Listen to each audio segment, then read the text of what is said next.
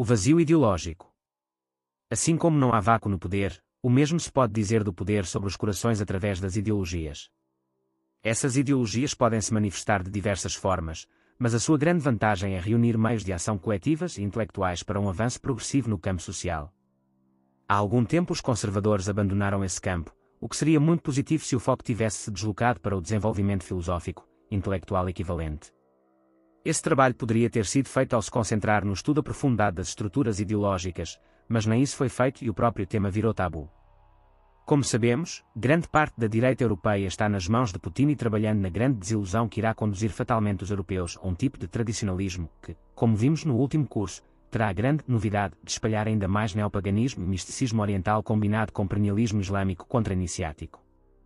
Isso, é claro, não quer dizer que todos os grupos de direita cristãos tenham plena consciência o papel que desempenham quase que inevitavelmente. Alguns são até católicos sinceros e conservadores autênticos, mas que devem ser sustentam uma estrutura que os irá impedir de criticar uma parte importantíssima do processo. Há nesses meios uma profunda indiferença com o tema do eurasianismo, ao menos nos moldes pelos quais o professor Olavo o definiu, o que explica pela insuficiência de espaços de debate e jornalismo autêntico e independente. Em outros, porém, essa indiferença é mais suspeita, embora talvez igualmente inconsciente. Grupos como, por exemplo, o Astor, que no Brasil atende pelo nome de Citizen.go, importante site de petições online, é sabidamente financiado pelo mesmo oligarca russo amigo e financiador do site Geopolitica, de Alexander Dugin. Trata-se de Konstantin Malofev, um monarquista próximo de Putin que compartilha com o presidente o confessor espiritual. Isso quer dizer que o Citizen.go não seja confiável? Não necessariamente, mas como vemos em casos como o astro-coaching conservador Jordan Peterson, o apresentador Tucker Carlson e o escritor católico e Michael Jones, que têm manifestado simpatia por Putin, além de opiniões antissemitas. Então o que se salva da direita ou do catolicismo conservador na Europa ou no mundo? Um detalhe importante é que há grupos católicos pouco falados na mídia, exceto quando a esquerda sofre derrotas pelas mãos deles.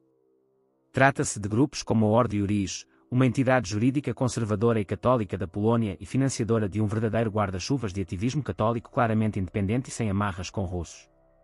A Ordem Iuris já esteve no Brasil, já emitiu cartas ao STF contra o aborto e promoveu muitas atividades. Não por acaso, o grupo já foi atacado por duas faces distintas da mesma esquerda, os globalistas da agência pública e os comunistas ortodoxos do causa operária. A Ordem Iuris apoia a rede de TFPS pela Europa e o IPCO no Brasil. Acontece que a sua inspiração é a obra do brasileiro Plínio Correia de Oliveira, como diz em seu próprio site.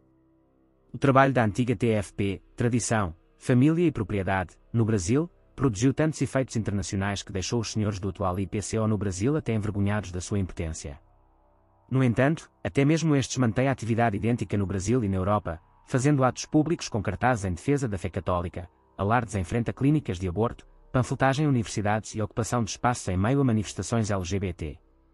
No entanto, pouco se fala sobre esse ativismo nas redes da direita brasileira, que mesmo preferindo o caminho aparentemente mais seguro do ativismo jurídico e das redes sociais, acabou perseguida do mesmo jeito.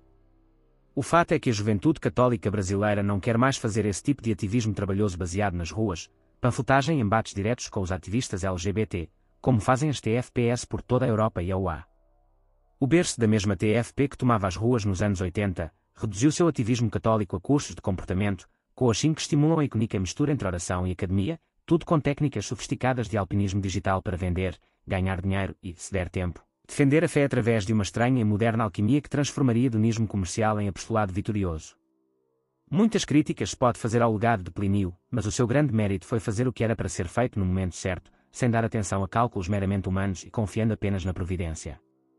O resultado, embora não se possa ver mais no Brasil, está ainda gerando frutos em diversos países e isso não se pode negar. Mas é bem possível negar o seu valor se nos colocarmos na perspectiva do marketing, da estratégia comercial, da efetividade utilitária do pensamento atual. Enquanto a direita opta pela guerra de narrativas, para guerrear em um ambiente facilmente corruptor, tanto o globalismo quanto o eurasianismo crescem sem um inimigo visível, deixando o campo livre para que eles mesmos definam e criem o seu adversário enquanto o moldam conforme as suas próprias convicções. Isso porque o movimento revolucionário, diferente do liberal conservador que inclinação protestante e moderno, que opta sempre pela escolha do método mais eficaz. Com isso, fecha-se e perde de vista a efetividade mais ampla com a qual a esquerda sempre conta. É fato que as petições do Citizen Geo fazem um bom estrago contra as narrativas globalistas. Mas e contra o eurasianismo? Terão eles coragem de fazer uma petição sobre isso? A verdade é que nem precisariam estar recebendo dinheiro de oligarcas russos para silenciarem sobre a verdadeira guerra que se desenrola. Basta que o costume consagrado da análise midiática, estratégica, comercial e de marketing os faça concluir que o tema é por demais desconhecido pela maioria, levando-os a preferirem aqueles fartamente alardeados, pois sem conscientização não há assinaturas para petições nem venda de produtos, nem penetração social e influência pública para mais venda de produtos. O marketing digital, que se tornou febre até mesmo entre católicos, manda agir com uma perspicácia aparentemente prudente e sofisticada, baseada num cálculo humano e falível cujo resultado tem sido o progressivo retrocesso, recuo atrás de recuo, enquanto o inimigo avança a passos largos.